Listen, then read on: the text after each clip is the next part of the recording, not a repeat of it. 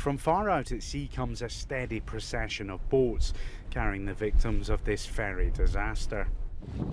Divers have now secured lines into the sunken vessel and are working through the cabins to recover yet more bodies. From a slow start, the recovery operation has now gathered pace, but it's still not quick enough for the families. It's not true that we were too slow. The divers have been risking their lives in this operation. We are doing our best. The ship is upside down, the underwater pressure is high, and it's very dark down there. Questions are still being asked about how so many school students could have drowned.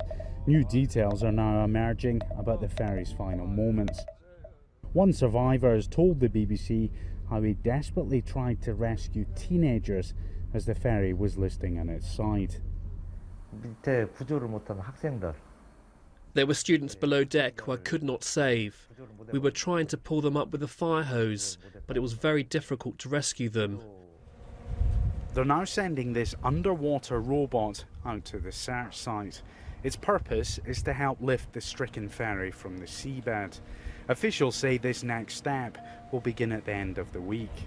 But one father tells me that recovering bodies should remain the priority.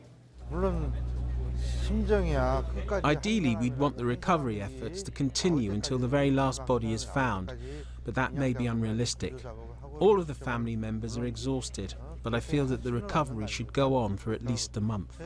For 7 days now, families have been living in this giant gymnasium.